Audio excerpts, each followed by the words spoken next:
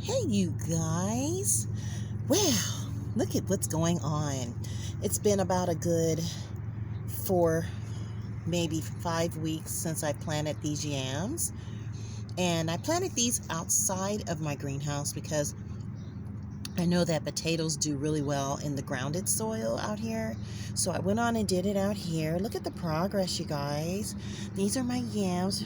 Remember, I had a yam root that was really small.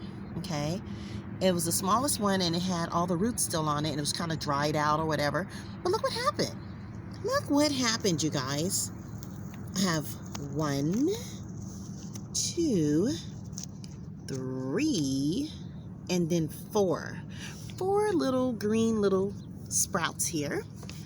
And I'm just so excited. Look, you guys. Gramsci says, yep, you make sure you plant that little one too, because I wasn't really sure about it because it was all kind of like dried out in a way. Still had roots on it, but I'm just so excited to see my little yam garden outside doing so wonderfully.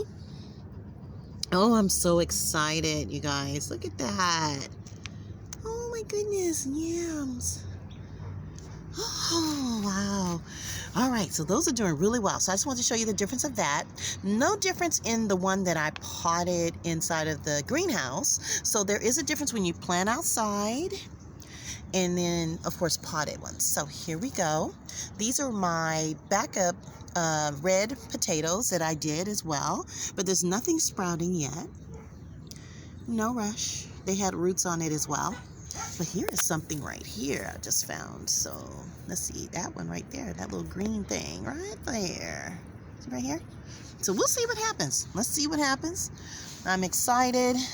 Oh my goodness. So you guys stay tuned for more of the yams growing in Mama Soul Kitchen Garden.